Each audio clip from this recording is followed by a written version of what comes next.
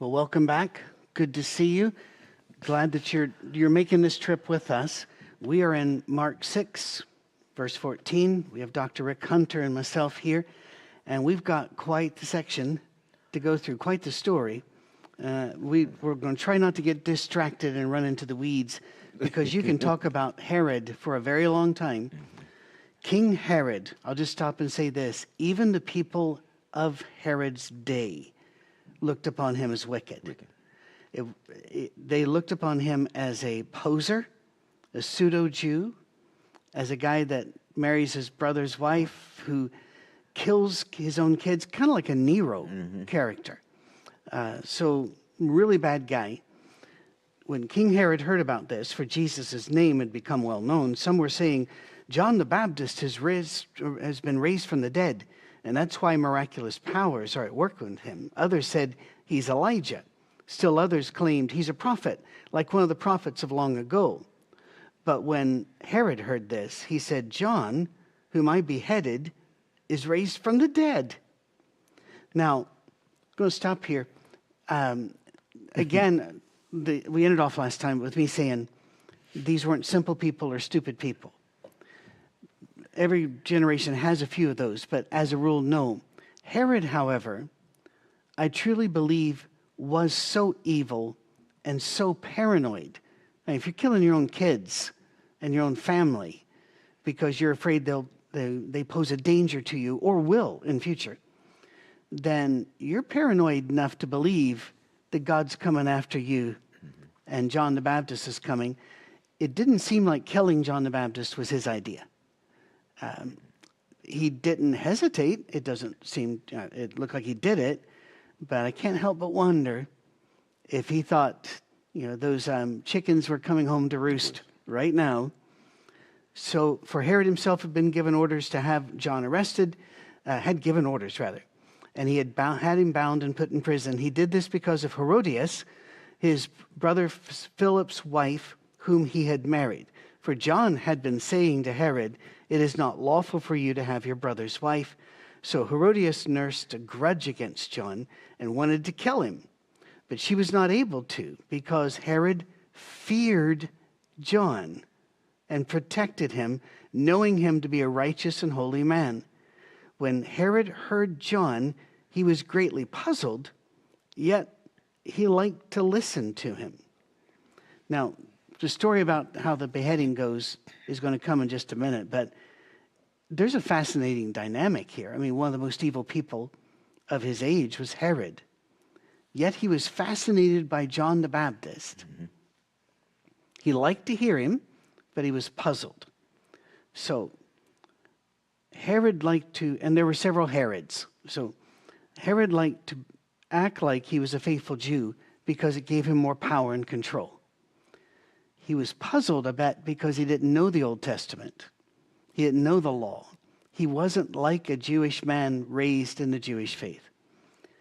I think he was attracted to John for the novelty and maybe hoping to get some sort of power or alliance with John, since the people were following John.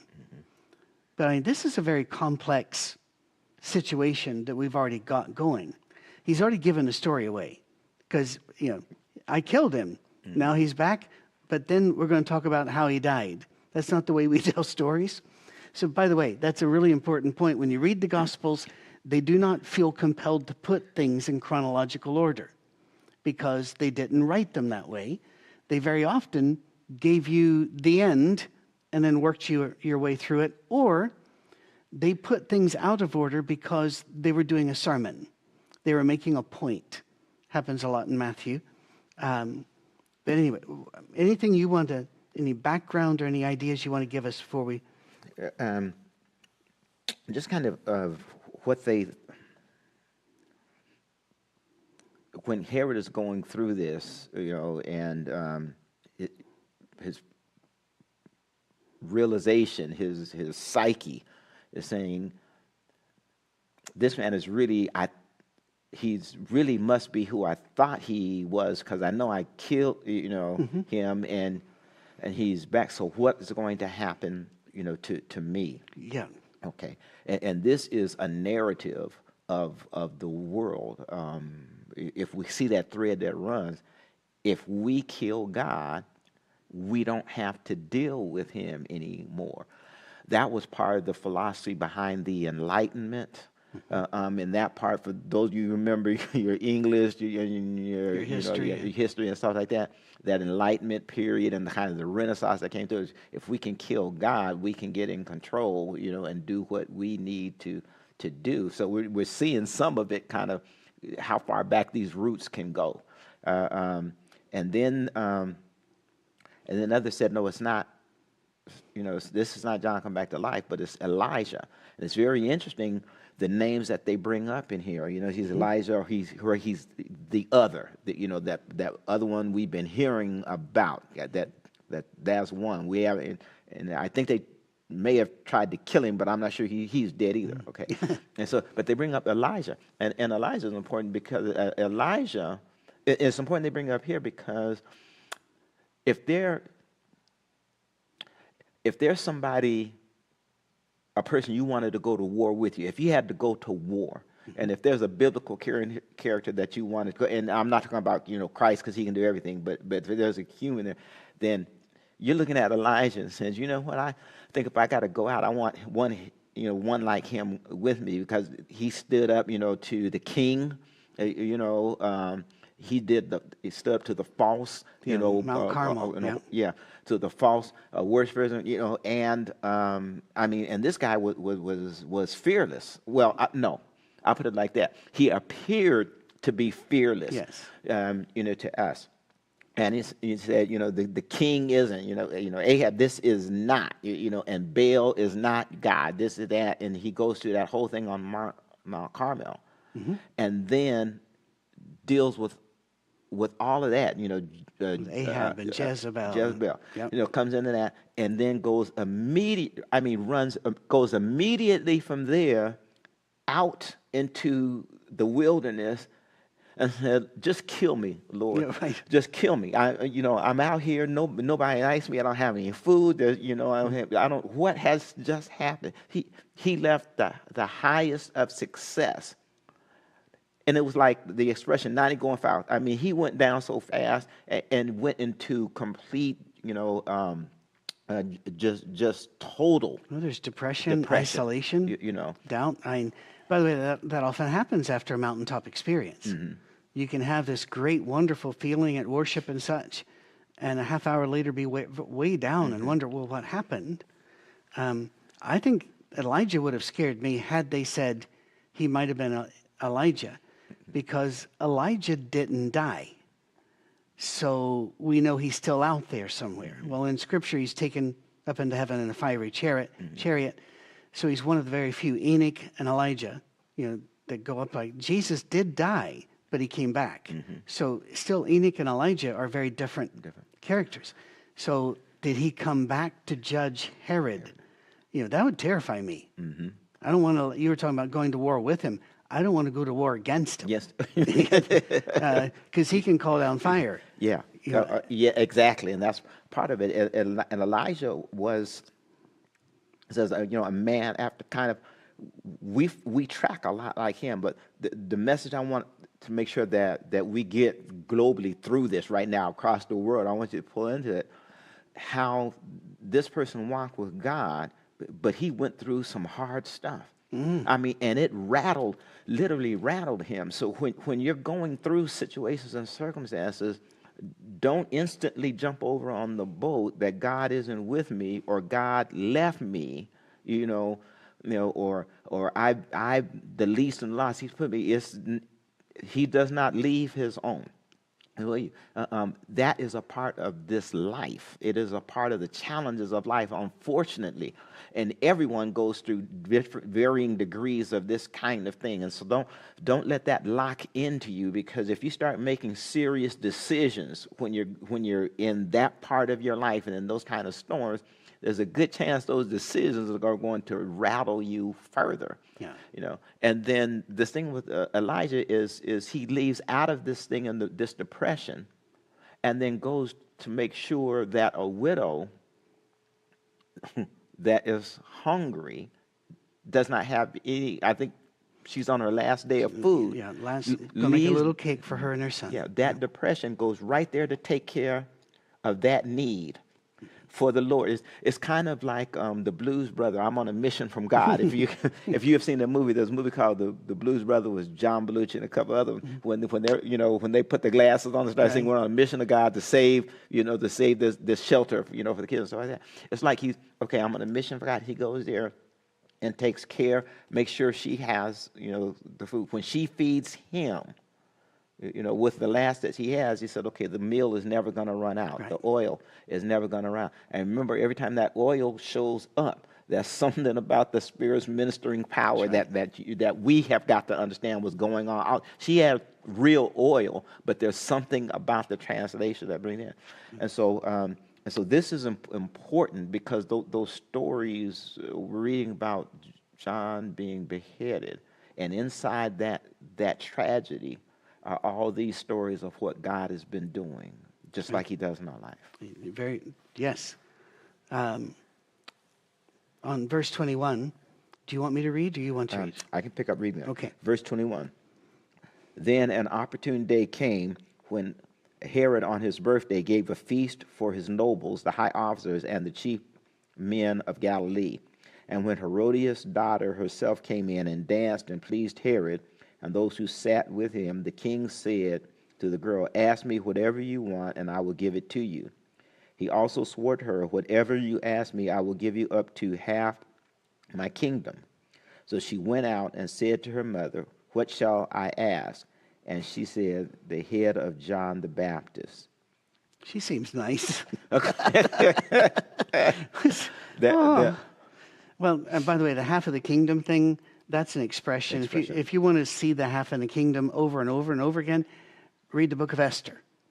Because the King Xerxes cannot stop saying, I'll give you the half of my kingdom. If you actually divided it, do the math, he wouldn't have had much at the end of the book. So it's not literally. It just means name your price. What do you want? And then the wife goes, I want the head of the guy that's been going around there saying bad things about our marriage and our family. Actually, he wasn't. He was just speaking the truth, and they were in violation of God's righteous laws. Therefore, they felt attacked. Technically, they weren't being attacked by anything other than their conscience and the Spirit of God. John was just doing his job. It's kind of like trying to stop a drunk from driving, going, I'm going to take your keys. And they say, well, you hate me and you hate... Well, no, we're just trying to help you understand reality. She didn't like it. She wanted the voice to be silenced. I will just bring up, we still name a lot of boys John. We don't name any of our girls Herodias. All right, go ahead. I didn't mean to interrupt. But no, that was just an excellent point. That. And then verse 25. Look at the urgency, though. Go ahead and read that. Okay, verse 25. Immediately she came in with haste to the king and asked, saying, I want you to give me at once the head of John the Baptist on a platter. And the king was exceedingly sorry. Yet because of the oath and because of those who sat with him, he did not want to refuse her. Immediately the king sent an executioner and commanded his head to be brought, and he went and beheaded him in prison, brought his head on a platter and gave it to the girl, and the girl gave it to her mother. When the disciples heard of it, they came and took away his corpse and laid it in a tomb. Well, you get now where we get the expression to bring somebody's head on a platter. We, however, live in a very horrible time where we have seen Islamic terrorists, jihadists, behead people live on video, come across the border and behead babies. It is beyond horror. But this is, do not think of this as the French guillotine.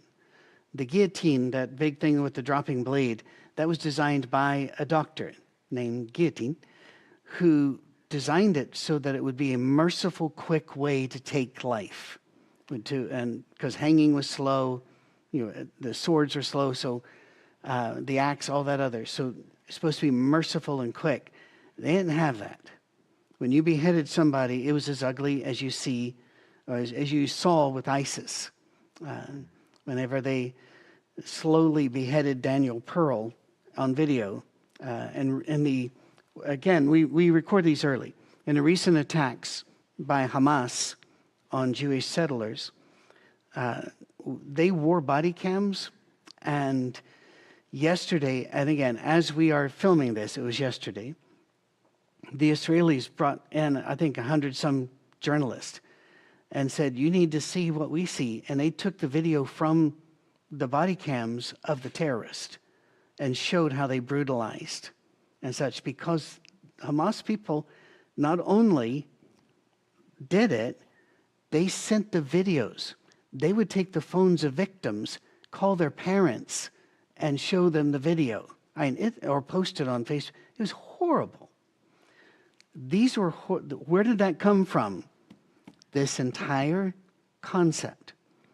I got to do it. And by the way, there's another one. I'll just say this real quick.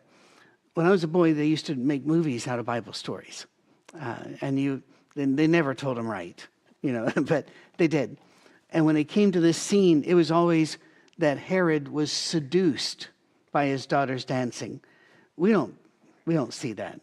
You don't need to add that to it. It's already a bad story. But this is a terrible story. And by the way, this will shake in other Gospels, it shakes the faith of the disciples to the core. John the Baptist in prison was even struggling with his faith, wasn't he? Or, alternatively, he just wanted to poke Jesus and say, get going. Because he said, are you the one we should look for, or should we go look for somebody else? So when we have these times of losing faith, we need to understand even the giants of faith did. But I'm babbling too much. I'm going to let you talk. Yeah, a couple of questions I think beg to be raised and answered. And one is, why would a king, and especially a king as powerful, as he was, be concerned about what John was saying? Or his wife be concerned about what John was teaching? John couldn't do anything to them. But maybe his followers could, or at least interrupt the peace, the Pax Romana, because how Romans will come in and say, you're not keeping the peace. I think that's why Pilate acquiesced to the crucifixion. Yes. Yeah. There was, that question resides in there. Even the power of God in this world is, sometimes we look at a preacher and we say that preacher, just preached heaven down to earth and preached like God. It is never in the person, no matter how good their skills are or aren't. It's always about God Himself and His Word, and it's that power that's working on job, because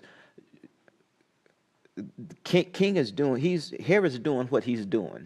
He's living his, as we say today, he's living his best life. Killing who he wants to kill, marrying who he wants to marry, doing what he wants to do.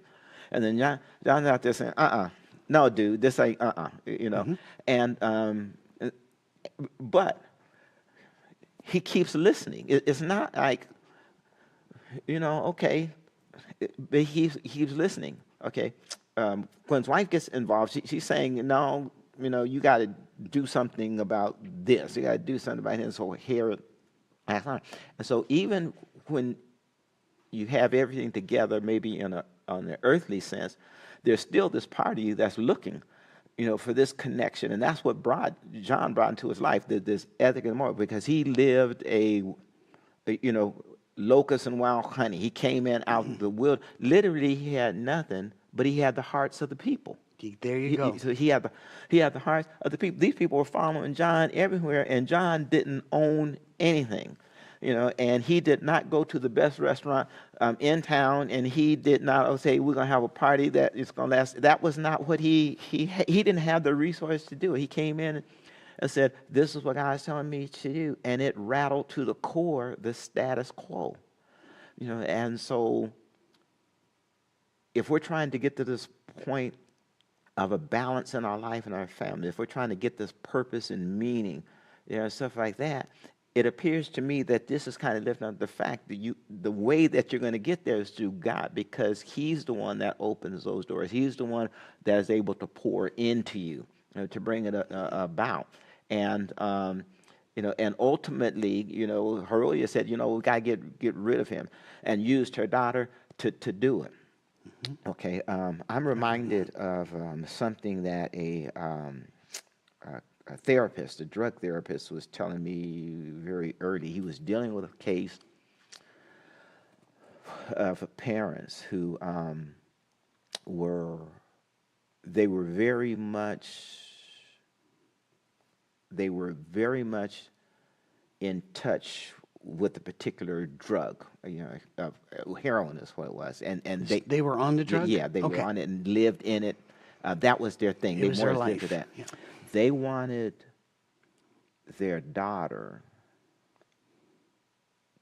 to be able to experience what they experienced with that. And so when their daughter was 12 years old, they started skin popping her with heroin. Okay. And then as her daughter got to her late teens, early 20s, she did everything she could think of to get away from that, get out of that, get that out of her system, out of her life. She fought as hard as she could, and she couldn't. And she finally, gave up, and took her life.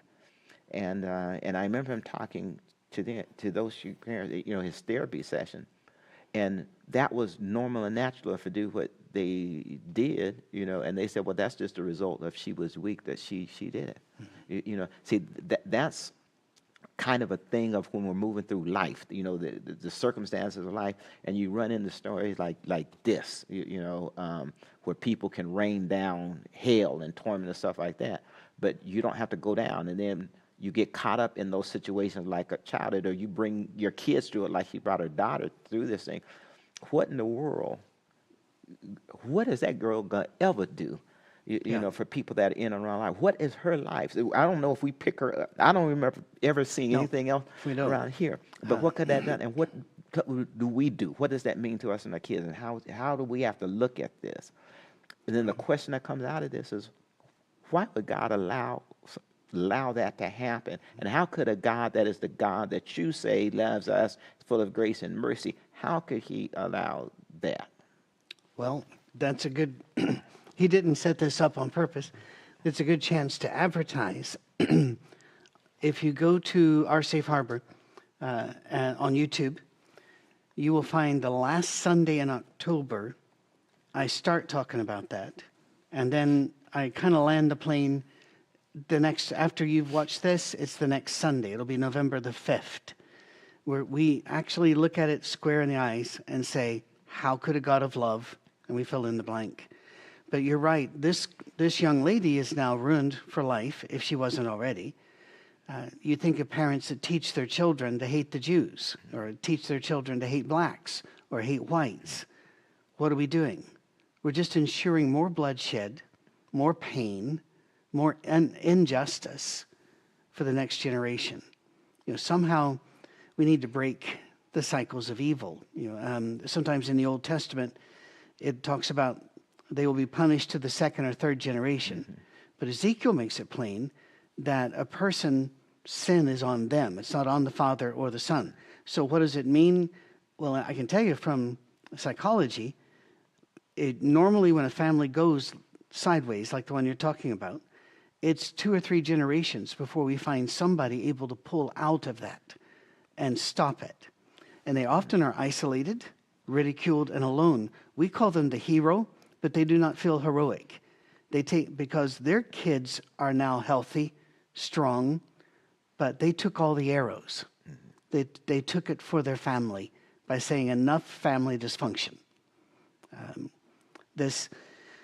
I would tell you, if you want to know more about the Herods, there's a lot out there, but I will also tell you it is just going to depress you and make your jaw drop. So you may not want to head that direction.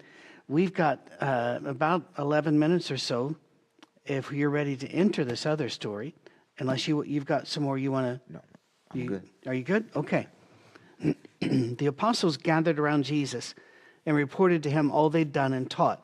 Now this, what's it referring to? Back to the sending out of the 12, all right?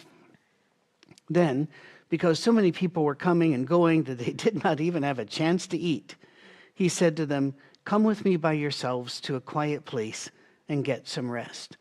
Now, you brought this up earlier about they get tired. Jesus gets tired. In the book of Mark, I believe I'm correct, because I've tried to count, there is more mention of Jesus trying to get away, trying to be on his own, than there are in the other synoptic gospels, Matthew and Luke. And I get it. Whenever I go speak somewhere, there may be a men's retreat, there might be a church gathering of some sort, I always assume I will not be eating, because you really can't. And this is not a complaint at all. People want to talk to you. People want to know more about what's going on. They want to meet you. They have questions. And so what happens is you don't get to eat, and that's fine. But after a while, you got to go rest and eat. Even an extrovert has to slow down sometime. And by all indications I'm seeing, Jesus was more of an introvert than an extrovert. But that might be projection of me pushing my preferences on him. But God pulling us aside to rest should not surprise us, because he did so on the Sabbath. He rested, and then he ordered them in Exodus 20, you remember the Sabbath. Build rest time in. And I do get emails, Rick, saying, Patrick, you're working too hard. You're all over the place. And I'm like, trust me, my wife and I, we find ways for Sabbath. We build Sabbath into our lives, or we couldn't do this. They go away by themselves in a boat to a solitary place, but many who saw them leaving recognized them and ran on foot from all the towns and got there ahead of them. When Jesus landed and saw a large crowd, he had compassion on them because they were like sheep without a shepherd. So he began teaching them many things. So not successful in a looking for rest thing. I'm sure it's happened to you as a lifetime minister, teacher, and theologian, that right when you're just about to go, an email hits or a call hits, and you have to deal with it. It's not something you can wait till tomorrow. And there's that balance. You know, how often can I do this before I drop? And I'm too weary to help anybody. But this person needs help right now. I don't know how you deal with it. I know my wife works hard on me. She knows I love work. And that's so she doesn't not upset at that at all. But she'll encourage me, you know, to go out and golf or go on an adventure, just drive somewhere, or, you know, she's the right woman. I married the right woman. But again, that's that two thing we talked about last week. You need somebody there to say, we need to move you on. My dad didn't play games. He didn't have hobbies. All he had was church work, and he felt guilty any time he sat down to watch a TV show. And that meant we couldn't either, because he had to get us up and working. And that's it's not healthy. I think that is. Oh no, please. They when I look behind me, and probably it's true for you, and for those that are listening, I really want you to kind of reflect on this.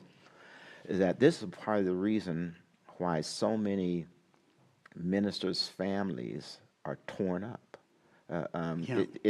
It seems like, or in our minds, in our reality, we look at that family has to be the closest one to heaven that's in the church, when in fact for those who got to know them very close, or either you know them now, the families were torn up because of the fact that so much of their life and energy was spent trying to make sure the walls got off, the lights stayed on, this got fixed. You go see this person, you go see that person at the expense of seeing your own children. You go take care of this at the expense of them. And and that wear, because we're human, and so that wears on people, and so that the prayers come. Now, just as you know, I know each of those, you know what the Lord is pouring into you, and you know where your trajectory's got to go, and so you work in that, and people pray for you and do it. You go, but we got you. But I want to, bring in the other people on the other side that are looking at, you don't do enough. You don't do this. You're not doing this right. You're not doing that right. And you have to, the preacher carries all the burden for whether a church develops and grows and moves the way God wants it to, or if you're always battling with this problem, that problem. Because after a while, your brain just gets weary. Oh, okay, you're telling me I'm the minister, or I'm this or that, and this is the way we need to go, and you're not following me, and you're telling all the other members don't follow me either, or you're telling to go over that, and and your salary or whatever comes into play. I can't lead this forward for us to get this, that, and the other, and you're not helping me, and that's part of the reason why we're seeing the decline that has happened in churches, and the decline. The declines have been coming for a long time. What has happened is the downward slope of it has sped up. So it's moving faster downward now, and it's all the stuff that's behind it, because a person has to be rejuvenated, but the Lord also has to be able to do what He's doing through them. So if you love the Lord, you're going to have a natural inclination to let that come out. But if the fact that the people around you don't let it come out, like we just talked about earlier last week in the lesson, if they don't let it come out, where does it go? You can do more stuff when you're in a university lecturing to this class, and those people come back to you as, we're studying psychology over here, but I declare that I learned something, and I appreciate that. And you're thinking, why can't this happen in the church? And so that's a challenge that our safe harbor, is addressing, just by letting God talk, by letting Him talk, and not the traditions like we last week in the lesson, Pharisees and stuff saying, okay, the tradition of the elders, came in. As a matter of fact, the tradition of the elders had more authority than the Scripture did, because and those were just rituals. And they were the gatekeepers. They were the interpreters of the Scripture. Exactly. Yes, and so they stamped their authority upon it. Yes, as you know, I know, because we both lived our lives, you more intentionally and intensely, but we both lived our lives serving churches, that there are always a group of people who have never owned a boat who are going to send you a list of the ways that you should be taking care of your boat. And people who have never done our work very often line up to tell us what we're doing wrong. And I'm going, I always listen, because sometimes there's a truth in it, but most of the time it's, no, you don't know this work. I remember once we had a ministry, and we put in, I didn't, but the leaders put in charge this guy that was very, very, very successful in business.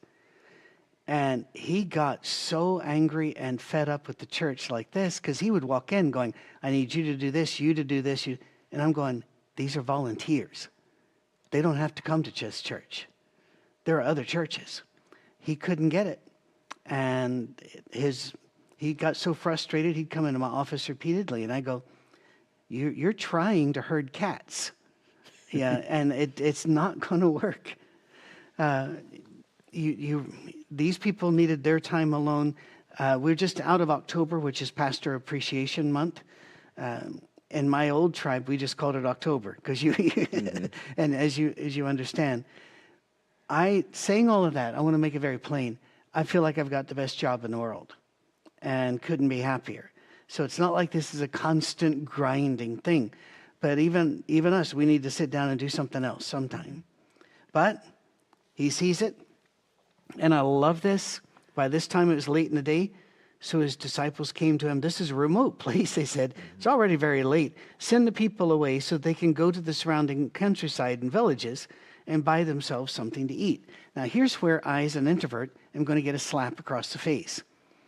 Because they came there to rest, the apostles now have a solution. Well, the crowd needs to go away to eat. So just tell them to go away to eat. Then we'll be alone. And Jesus answers, you give them something to eat. You know, something we say at our Safe Harbor a lot is love the person in front of you with what they have, with what you have right now. That's it.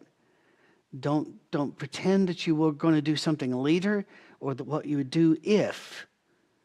Love people with what you've got. Love the person in front of you with who you are and what you've got. Jesus abandons his idea of resting because their needs are right there. And then again, I love their response. That'd take more than half a year's wages. Are we going to go spend that much on bread and give it to them to eat? I just love that because that's mine. I can you're talking about preachers' families, and the preacher kid syndrome is a real thing. But poor preachers' wives. And again, we're working on a very male-centric pattern there because in most churches the ministers are male. I'm sure this happens if the minister's female as well. My dad would walk in the door with 3 or 4 people and say, honey, I brought these people home for lunch, visiting preachers or whatever. She's running around trying to do miracles with bologna. So I feel for the apostles here. And if Jesus turned to me and go, oh, look at all those people, you'd best feed them. I'm going to go, what? How? That's, you don't want to tell God or your rabbi even that he's being stupid. Jesus doesn't ask us to figure it out. He just asks us to do it. And that's, somebody once said, if you see a wall ahead of you and God says jump, it's your job to jump. It's God's job to make the hole. I'm not sure I have that kind of faith to jump at the wall. I kind of like to see those bricks melting a wee bit more. You want to say anything or you want to read further? What would you like to do? We're about to run out. We have run out of time. Okay. Do you want to pick this up next time? Let's pick this up, yeah. Okay. And sorry, I ran on too long. No, we're exactly where we need to be because this is a lot in here. There is a lot. Thank you guys for watching. We will see you next week when I'll try to talk less and learn more.